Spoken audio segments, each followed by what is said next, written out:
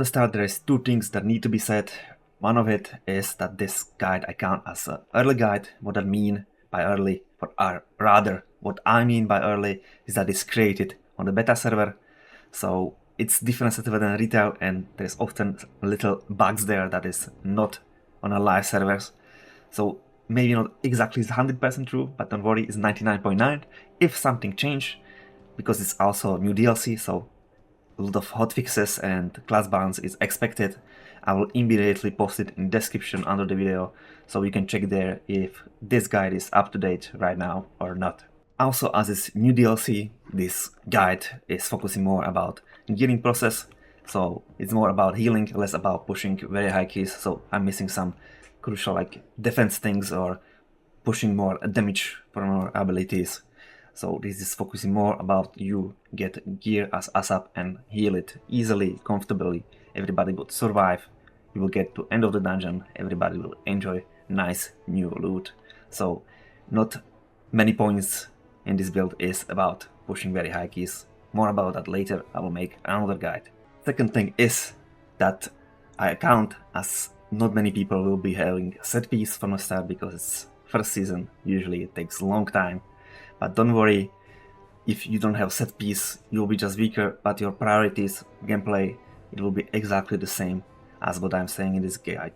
So don't worry if you don't have set piece, this guide is still for you. You'll be just weaker. When you get set piece, you'll be stronger, but you will do exactly the same thing as I will be saying right now. Let's start with actual guide. So first of all, stats. From the stats, most priority is critical. We have once again many mechanics that working with our criticals. One of them is, for example, Airstruck, that when we do critical strike with our heals, they are healing 20% more. It's specific heal, not all the heals. Or also we want to get critical strike from our Holy Shock, because after that we will get critical strike of Holy Shocks, then we will have another shiny buffs on us. So there is many mechanics with critical strike, so it's not only about to increase your heal. So when it's critical, it's obviously more, but there is other mechanics that works with our criticals. So definitely critical strike, topmost priority. Then I put after that haste, because a lot of our ability are scaling the cooldown with haste. So yeah, we want quite a lot of haste. And of course we want to click everything faster, heal everything faster, cast everything faster. Third one, I put mastery, because we are focusing more on healing right now. And the last one, versatility, because it's not as great for healing, but the higher key you will go, the versatility will be more important. And the higher you will push, then if you will be healing enough, mastery will go behind because you want to push more damage. But for the spot we are right now, critical, haste, mastery, versatility in this order. Critical definitely the most, then haste, mastery. Let's say a little bit more similar for healing, but mastery a little bit worse than haste. Versatility for the later. If you are already preparing for a big push, then put versatility much higher than last spot. But definitely under critical, that's really crucial for our healing. Moving on, talents, if you want exactly these talents, link is in the description, so you can just import it from it. On Paladin there is nothing crazy, big changes from what we played before. We are playing with Beacons of the True, the classic, and we choose the left side, Hero of the Sun, as our hero talents. Let's go on gameplay, rotation, priorities, whatever you want to call it. So before every other priorities, just make sure you have your devotion aura on. It happened many times to me, I have vigor for it, so if I'm not applying some devotion aura or damage aura as retribution, I have nice pop-up, so I'll never forget that aura. It's nice all reduction, 3% forever, just keep your eye. Because sometimes when you're switching specs or some other stuff, you can lose this buff, so that check here and there if you have it. There's many paladins that are running without auras, you would be surprised. And before I'm talking about healing priorities, that is not actually for healing priority, but we need to do damage with paladin to generate holy power. Then we are spending that holy power for healing. And some of these damage abilities have also other advantages for our healing side of gameplay. I didn't put this damage abilities into priorities because it's still counting as damage, but in any spare time we have, spare time by I mean we are not healing right now, then we are just dealing damage. So two most important damage abilities are Crusader Strike and Judgment. Crusader Strike, cheap, but it's also generating 1 holy power, that's most damage abilities, and also its use is reducing cooldown of Holy Shock by 2 seconds. Holy Shock will be clicking many times, so amazing ability. Second priority there, well, not really second priority, the same priority. Usually you don't have both cooldowns ready. If you can start with the Judgment. It's higher priority than Crusader Strike, let's say it this way, but there are top priorities, these two abilities. And Judgment, again, generating 1 holy power, but Judgment is also healing you. That will be important later. Overheal will also share to allies, so yeah, it's actually already heal. And then Judgment is preventing damage target did do. If you have Infusion of Light buff, it will prevent even more. Infusion is when you do critical strike with Holy Shock. That's another 150% increase of this episode. So yeah, from damage wise, Crusader Strike and Judgment topmost priority.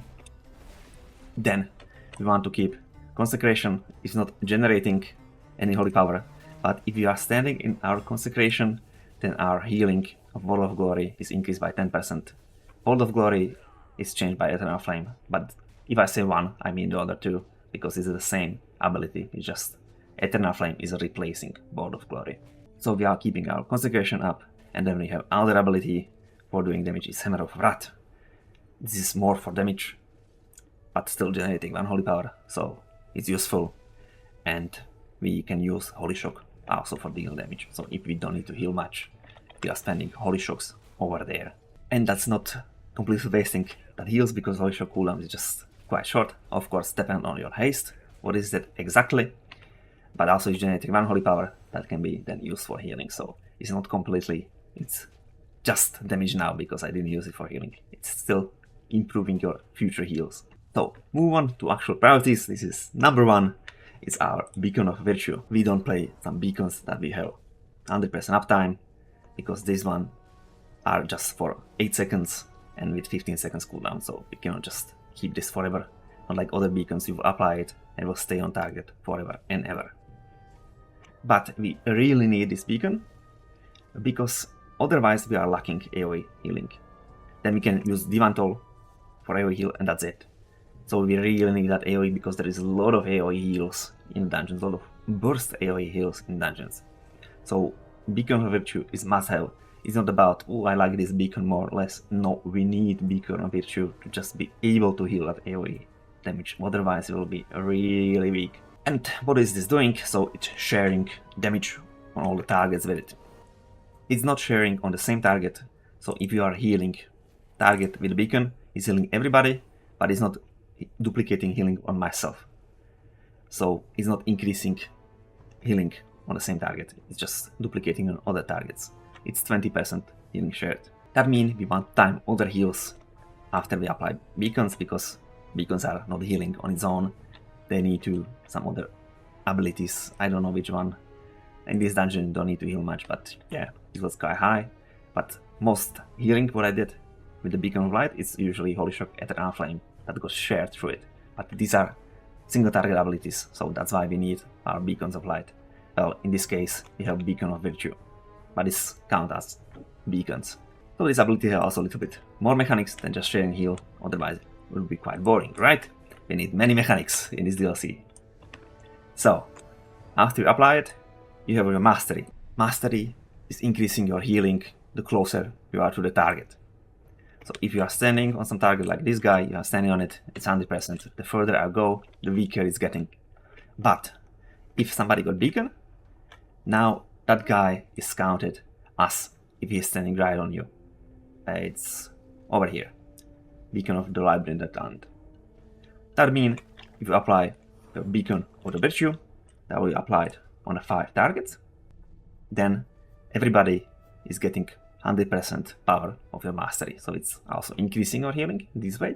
Then when somebody drops on low health, and he could Beacon on himself, now it's only 50% of health, they will get decent amount of shield when they drop under 50. And it's personal cooldown, so it's not like it can proc on one person just once a minute. It can proc on everyone once a minute, so everybody have like their internal cooldown. So it's just personal who will get this cooldown. That's also amazing because we are usually using because of Virtue when there is burst AoE damage. So this is perfect match. You are healing AoE burst, and this is protecting them to die on that AoE burst to get nice shield. And there is a little bit more about this mechanic that we have another talent for it. So spending holy power have 25% chance to trigger this shield. It's just much weaker, it's just 1/3 of effectiveness, 33%, but it won't apply this cooldown.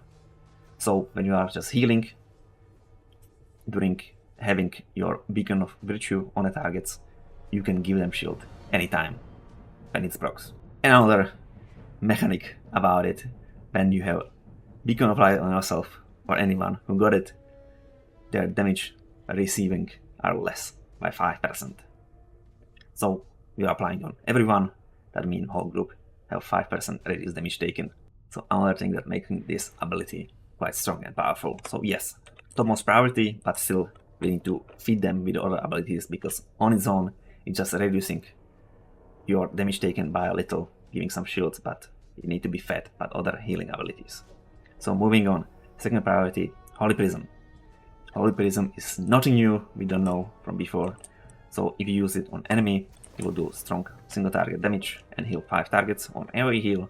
If you use it on friendly, then it's strong single target heal and it is doing AoE damage to 5 enemy targets. With only that heal and damage, Prism would make a second spot in our priority list. But there is more. So after we use Prism, we are getting buff. It's called Downlight, and our next Holy Power Spender applies Downlight. So it's the buff that is giving the same buff. It's a bit confusing, but it is what it is. Holy Power Spender, that means for us Eternal Flame, or it means Shield of Righteous.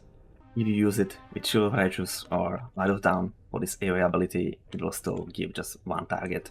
It's never given to multiple targets. So one ability will apply one. Doesn't matter AoE or single target. What is that buff doing on others? So it will apply healing over time or it's applying damage over time. Obviously we want to spend it more on healing, but if there is nothing to heal, yeah, just go for it, do damage. So Holy Prism, even when there is nothing to heal, still high priority because it's increasing our damage quite decently. So use Holy Prism depending if you need to heal AoE single or you are fighting one enemy or multiple enemies. Then you are getting this buff and you want to spend it. I can use it myself and I have 8-second buff and I'm getting heal over time. Yeah, we have Paladin with healing over time. It's weird, but that's how it is. So yes, that's quite a big chunk of our healing. Let's check the mists again. And there is Downlight, it's down here. So it is additional heal you are doing with your Holy Spender ability. And second mechanic with the Holy Prism is after we use it, we will get Divine Favor buff.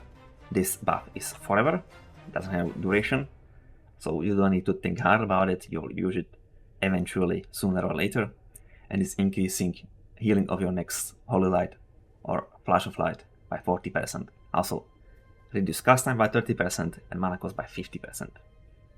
So another buff we want to keep up, so we are using Holy Prism quite often, even that its healing on its own is not really that strong. It's just down here over, but it's allowing us to heal more with other abilities. Alright, moving on, and next priority is our Eternal Flame. What is Eternal Flame is our good old ability, World of Glory. That was our Holy Power Spender and healing one target. Now it's Eternal Flame, it's just a different name. It's same ability, but what is Eternal Flame doing is adding that healing over time effect. So that's that additional 83,000 healing over 16 seconds. Without that, would be just instant heal and would be called World of Glory, and it's costing us 3 Holy Power. So this is what we are spending our Holy Power on. Of course, if we don't need to heal, we are spending it on Shield of Righteous, but we are talking about healing. One thing about it we already know, that's when we are standing in Consecration, the healing is increased by 10%. It's saying World of Glory here, but it's the same ability. So this is the spell we are generating Holy Power for. This is what we are using it. Of course, it's a single target, so when we want to use AoE healing, we still use the same ability, So then we are spraying that to Beacon of Light to make it AoE heal. But yeah, it's just classic single target heal. Another mechanic with this Eternal Flame, I need to check name, I cannot remember. All of God is what I'm used to. So it got another 30% chance to do critical strike healing, so it got potential to heal more than just base heal. And that healing over time effect is not that strong, but what is important that your damage and healing over time effects have chance to increase healing or damage of your next Holy Shock by 200%, and that's huge. So of course you won't heal as much with this one. Downlight is healing quite decently, but these HOTS have also chance to make your Holy Shock much better, and 200% increase Holy Shock is great single target strong heal, cheap, instant, amazing. That's another great part of this shiny ability. Next priority, Holy Shock. So you can see usually Holy Shock and Eternal Flame are together, they're healing similar. Let's check another dungeon. They are together, and from the last one, I think I have some target dummies there too. So there are just two our most important heals are Eternal Flame and Holy Shocks. Of course we need to do priorities before to empower them. And Holy Shock is similar like Eternal Flame was. It was just instant, strong single target heal. Now this spell have also overtime effect, okay, so they are a little bit more different. But also Holy Shock, when it do critical strike, it's healing 20% more. So similar like Shaman is healing more from criticals, Paladin have it for Holy Shock. So potential is there. After we will do critical, we talk about it already, we will getting buff Infusion of Light. That buff is quite important because we have down here that is giving us 2 stacks, not just 1, and increasing effectiveness of these buffs by 50%. It's quite decent. So it's strong, potent buffs. We already talked about that 200% buff we can have from healing over time effects. That makes Holy Shock even more powerful. And then we have Martyr mechanics.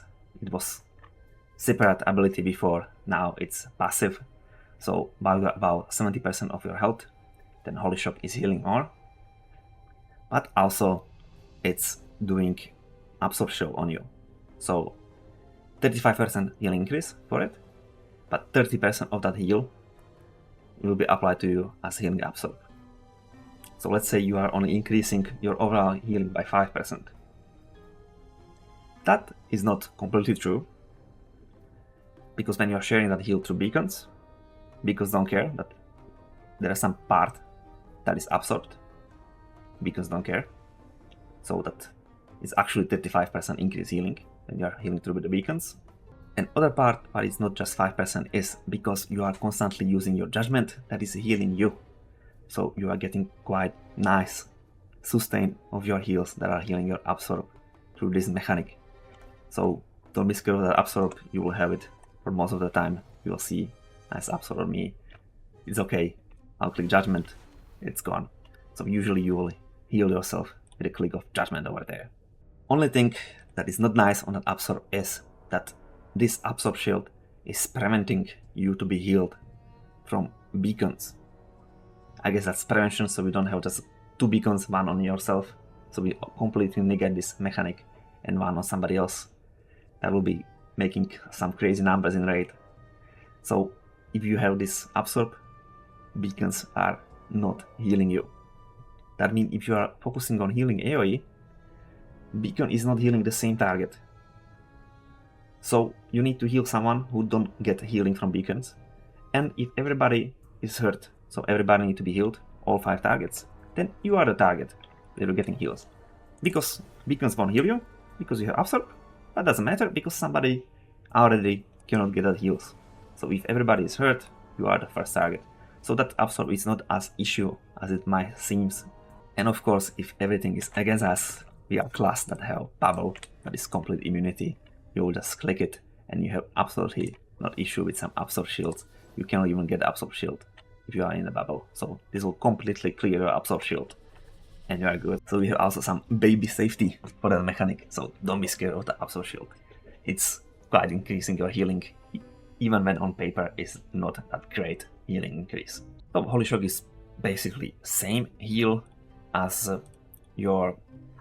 I need to check the name again. I forgot again. Eternal Flame. We are using it at the same situation. It's just Eternal Flame is spending Holy Power and costing no mana because you are using Holy Powers, so you spend mana on generating the Holy Powers. And Holy Shocks is generating Holy Power. But it's exactly the same reason we need some healing. That's two abilities we are doing. Plus, if we have some cooldown, like Holy Prism, we are using that, and then we are sharing that healing through the beacons. If we don't have Holy Power, we don't have cooldown on Holy Shocks, we use our abilities and we still need to heal, then we are using Holy Light. That is our next priority. They completely change the relation between Holy Light and Flash Heal. Before he was casting only Flash Heals in dungeons. Holy Light was something more for the raid. Now Flashlight is healing much less, but it's costing much less mana. But again, it's healing much less. If you check it just right now, the numbers are not that far apart from each other. But after we do critical with Holy Shock, then we get Infusion of Light buff. Of course, I cannot do critical now because that's how energy works. Please, game. Dimanto. Hey. So we are getting 2 stacks of Infusion of Light, and that is only decreasing cost of Flash of Light. And it's already cheap. Now it's 9,000. It's almost free. But we need to heal a lot. We are good on mana usually with Paladin, so we need to do more healing. And that Infusion of Light is increasing Holy Light healing by 150%. Okay, it's much more expensive mana, but look at the healing now. What is the difference? Flash Heal is only 200. Holy Light is almost 700, and that's huge difference. So yes, Holy Light would be like more than our Flash of Light. Of course, if you are tight squeeze on mana, then Flash of Light is winning. So that's only used for Flash of Light. Same as Holy Light, but we don't have mana. Then we are using Flash of Light, so usually just Holy Light. And this healing is also increased 40% when we are using Prism. So it's another 40% to that for both abilities. So it can be really potent, strong heal. Even worth to share through beacons. So yeah, if we have everything else on cooldowns, we are just sadly casting, we have no other buffs, and we still have other things on cooldown. It's much weaker, but still it's something we can do to heal our friends. Then we have Infusion of Light, and we have also buff from your Holy Prism. That's quite potent heal. You can squeeze even higher priority than Eternal Flame or Holy Shock because potential of that heal is really quite high. Let's see the number. Non-critical, 1,200,000, let's say. So yes, a little bit casting after we use other abilities. Let's summarize all these priorities. So we are doing damage to generate Holy Power, sending Consecration to increase our other heal. Then we are getting to actual healing. First priority is always think if we want to share our healing through the beacon. That's for AoE. On single target is not really helping much because it's not sharing heal to the same target. So on single target healing, if nobody else is getting damage, it's not worth it. Second priority is our Holy Prism, not only for his healing or his damage, but also he's increasing our next single target heal. That is castable, so Holy Light, Flash of Light, and also giving us 2 stack of Downlight. That is making our Holy Spender heal over time. That healing over time is almost strong as one whole new ability. So third priority is Eternal Flame. That's our replacement of World of Glory. It's the same ability, different name. So that's where we are spending our shiny Holy Power. And with that we have also Holy Shock. That's what is generating Holy Power. It's exactly the same use. High priority spells, that's what is doing most healing from us, these 2 abilities. So if you have Holy Power, Eternal Flame. If you don't have Holy Power, then you are using Holy Shock. And if it's not enough, or we have nice buffs that is increase the heal, we are just casting our Holy Light. Flash of Heal, bottom of priority. If we don't have mana, then we are casting Flash of Heal. Moving on cooldowns. So first of all is our Divan Toll, only 45 seconds cooldown, and what it's doing, it will apply Holy Shock on 5 targets. If the first initial target will be enemy, then this ability will be prioritizing doing damage. Added damage to 3 targets, maybe the 4th one there, but 5th one, there is no enemy close. It will be choosing some friendly and will do heal. So if enemy is first target, then that ability is doing mostly damage. It's prioritizing other targets as enemy targets. If you choose friendly, or I will click on my healing add-on, then that ability will be choosing next targets also to be friendly, so it will be mostly healing. So yes, using it on heals if there is nothing to heal, so we won't need that ability in 45 seconds, then just blast it for damage increase. And once again, because it's special DLC, we have 5 million mechanics, so if that would be it from the ability, that would be quite boring, right? So there is additional. After we use it, let's use now for healing more. So this was 5 friendly targets. We are getting Rising Sunlight buff, and this buff is making our next 2 Holy Shocks to be cast additional 2 times. So it's not just 1 Holy Shock, but it's triple.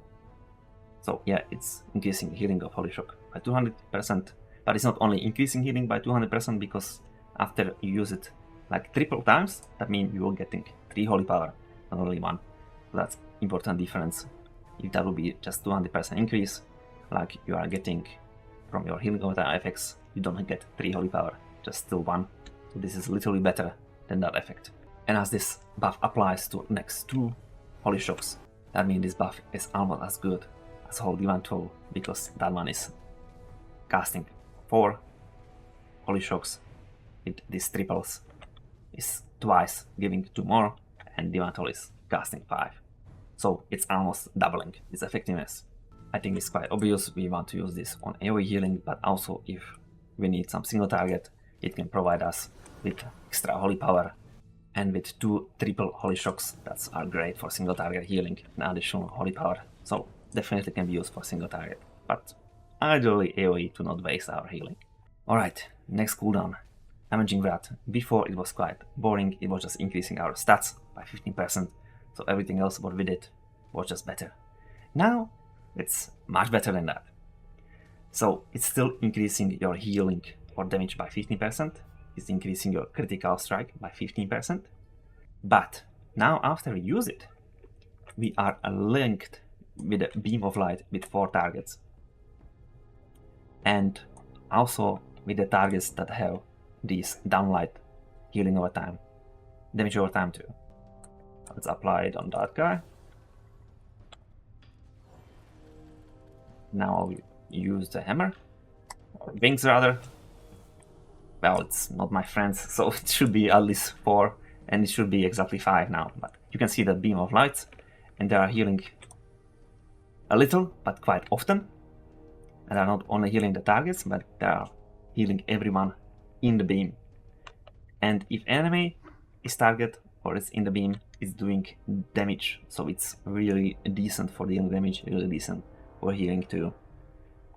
It's connecting always 4 targets, so at least 4, and additional is also connecting to targets with your downlight. So maximum is 6, because you can only getting 2 buffs with 30 seconds cooldown, so you can have only 6 beams at the same time. That's still massive. That means it's not only something that will increase your healing by few percent, it's also healing on its own. And of course, if you don't need healing, it's dealing great damage too. Both of these abilities, Divine Toll and Avenging Wrath, are of course great when you combine it with your Beacon of Virtue, so you share that healing more. So when you cast Beacon of Virtue and Divine Toll, that will do Holy Shock to each of you, that you could think that it will do no extra healing through the beacons, because you heal everyone, but Holy Shocks are single target ability. So everybody will get Holy Shock, but first Holy Shock will hit target 1, and heal will be shared on target 2, 3, 4, 5 with that Holy Shock. And then second Holy Shock will hit target 2, so it won't heal target 2, but it will heal target 1. So everybody will get 1 Holy Shock and then share 20% from another 4 Holy Shocks. So yeah, it's casting single target abilities, so don't worry, it's still sharing to your Beacon of Virtue. And of course beams are just similar stuff. Moving on, next one, Aura Mastery. So you have Devotion Aura, non-stop applied, that's reducing damage taken of everyone by 3%. If you click Aura Mastery, that 3% is increased on 12. It was much more before, now it's just 12. It's still great, but it's just anytime group is taking damage, just use it. It was much better before, now it's just this. Still, it's defensive for whole group, go for it. Next cooldown is Lay on Hands, very long cooldown, 7 minutes, but it's healing for 100% of your health. So, as much health you have, that's how much healing it will do. So it will do 5,300,000 health. And it's instant, and it's not even occurring on global cooldown, so you can squeeze it anywhere and instantly heal some low health target to full, and you are happy because you just saved some life. So yeah, it's just for somebody to save him from low health. Don't use it regularly in your healing rotation.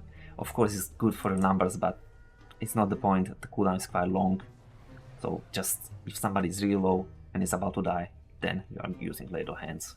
Don't count on it as your helper skill increase. It's just a saver of a life. Then I want to talk about Blessing of Protection. I usually don't talk about defensives, but this one I want to mention because many people are forgetting, is also curing target from bleed, because bleed is also physical effect. It's doing damage through armor, so you can reduce it by armor, but it's physical effect. That means if somebody getting this Blessing of Protection, he is completely free of any bleeds. So if there is some bleeds in dungeons, think about this ability. Be careful to not use it on tank if he is tanking, because he will lose completely all aggro. But on others, when there is some stacking bleed, amazing. And last, from cooldowns I want to talk about is a little bit more complicated ability. It's not very complicated, it's just 4 parts of it. So there's quite a lot of information about it. So you have blessings, 45 seconds cooldown, and after you use one, you are getting the next one. It's not random because it's blessing of season, so you know, it's spring, summer, autumn. It's in order always. So just a little talk how to use each of them. So autumn is reducing cooldowns. If you need to heal a lot, use on yourself. If you don't need to heal a lot, use on DPS to increase damage.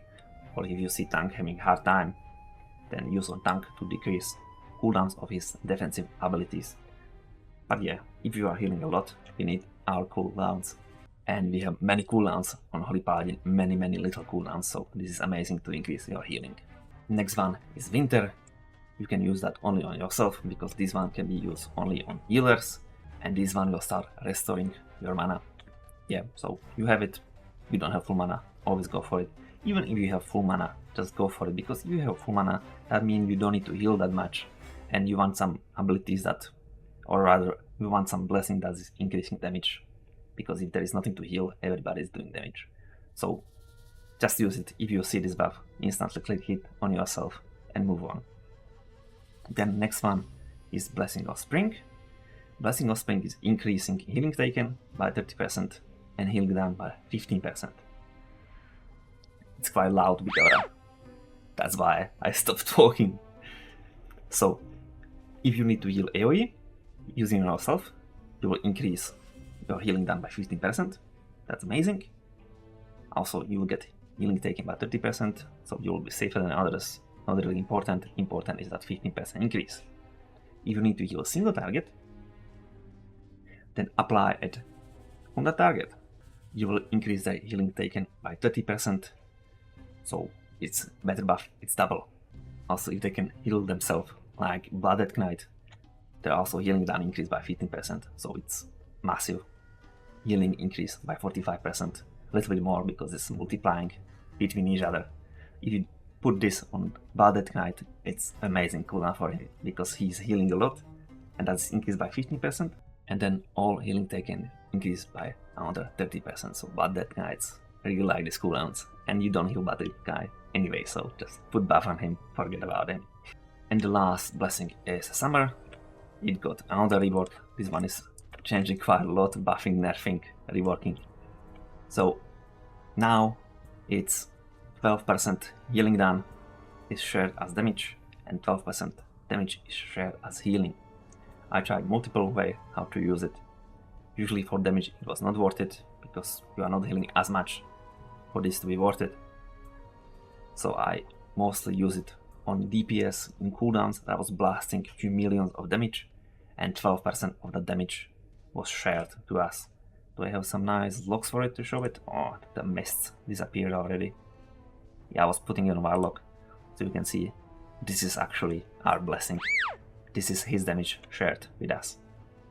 So yeah, ideally on your best DPS, and if you can time it to his cooldowns, he will heal quite decently. Just don't expect some huge healing, because it's 30-second cooldown, and usually 30-second cooldowns are not as burst, so you'll be sustain healing, but still you'll heal something. Usually on every of the guides I talk a little bit about damage, but we are doing damage already with the Paladin, so there is not much to say. I guess I didn't mention Shield of Righteous a lot, so when we don't need Holy Power to spend on healing, then just pump it to the shield, it will do decent damage. Even when you are using your Prism, then after you use shield, you can see it's not healing over time, but it's debuff on the target and it's sticking for quite a lot of damage. So yeah, just start using shields if you are more about damage and you really don't need to heal. And that will be all from me. So if you have any questions, just don't hesitate and ask. I will be happy to answer. If you prefer guide more in the text, I have exactly what I said here on my Discord. I'm actually following that guide when I'm recording these videos, so you will find exactly the same points I made in this video. Link is in the description. And anyway, thank you for watching and goodbye.